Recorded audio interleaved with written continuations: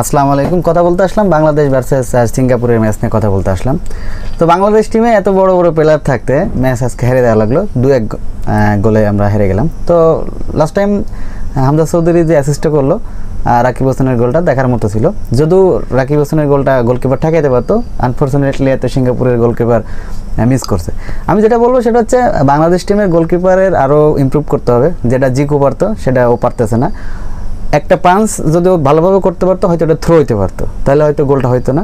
আর দ্বিতীয় যে গোলটা হয়েছে সেটা ও গ্রিপ করতে পারতো, সেখানেও সে করতে পারে নাই, সেখানেও সে পাঞ্চ বা কোনোভাবে বাঁচানোর চেষ্টা করছিল, যে জন্য গোলটা হলো। এখন বিষয়টা হচ্ছে যে আপনি যদি চিন্তা করেন যে ব্রাজিলের কোচ বাংলাদেশে আনবেন, বাংলাদেশ টিম বিশ্বকাপ খেলবে, আর ব্রাজিলের টিমটা বাংলাদেশ টিমের কোচটা দিবেন, ব্রাজিল টিম বিশ্বকাপ খেলতে পারবে না, এটা কিন্তু পসিবল না। আপনি যত বড় প্লেয়ারই আনেন না কেন, আপনার সাপোর্টে যদি ভালো প্লেয়ার না থাকে, যেমন ধরেন ফাহমিদুল ইসলাম অনেক ভালো প্লেয়ার, নিঃসন্দেহে অনেক ভালো প্লেয়ার। প্রবলেমটা হচ্ছে ফাহমিদুল ইসলাম প্রথম 20 মিনিট বলই পায় না, একটা উইঙ্গাররা আপনি বল খেলাইতে পারেন নাই, তাহলে আপনি সেখান থেকে গোল আশা করা নিশ্চয়ই সম্ভব না। আচ্ছা, এবার দ্বিতীয় প্রবলেম সেটা হচ্ছে হামজা চৌধুরী একাই খেলতেছে, পাসগুলা কারেকশন সব ও একাই করতেছে।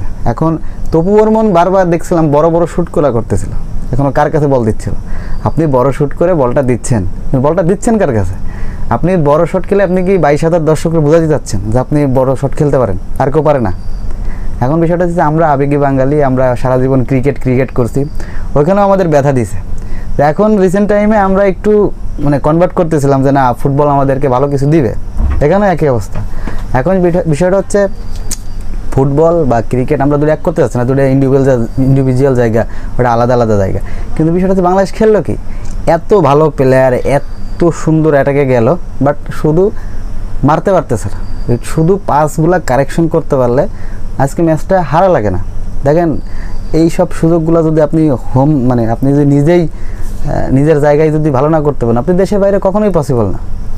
ফাহমিদুল ইসলামের বদলি যখন ফাহিম নামলো, ভালো অ্যাটাকে ভালো গেল, বাট উরুক তুরুক ও বল দিচ্ছে কার কাছে দিচ্ছে কিছু না। তো ইমন নামে যে ইমন খুব ভালো নিচের থেকে বলগুলো উপরের দিকে নিচ্ছিল, আমি দেখছিলাম, তবে লাস্ট ফিনিশিংটা কখনোই ভালো ছিল না। তো যাই হোক, অনেকগুলো চান্স ছিল, যেটা আমরা দেখছিলাম ভুটানের বিপক্ষে দেখছিলাম, বা ইন্ডিয়ার সাথে যখন খেলতেছিল তখনও আমরা দেখতেছিলাম। বারবার ওই একই জায়গায় প্রবলেমটা হচ্ছে, আপনি সুযোগ পাচ্ছেন বাট সুযোগ আপনি কাজে লাগাইতে পারতেছেন না। তো যাই হোক, দেশি প্লেয়ার যারা আছে এদের আরও ইমপ্রুভ করতে হবে, কারণ আপনি বড় বড় পাস খেলে। তো যাই হোক, ওইটাই বলতে চাচ্ছিলাম যে আপনার একটা দেশীয় প্লেয়ারদের ভালো একটা ট্রেন আপ করতে হবে, এবং ফিটনেসেরও ঘাটতি আছে। আমি দেখতেছিলাম সবাই অনেক তাড়াহুড়া করতেছিল, কেন করতেছিল আমি জানি না। আরেকটা জিনিস খুব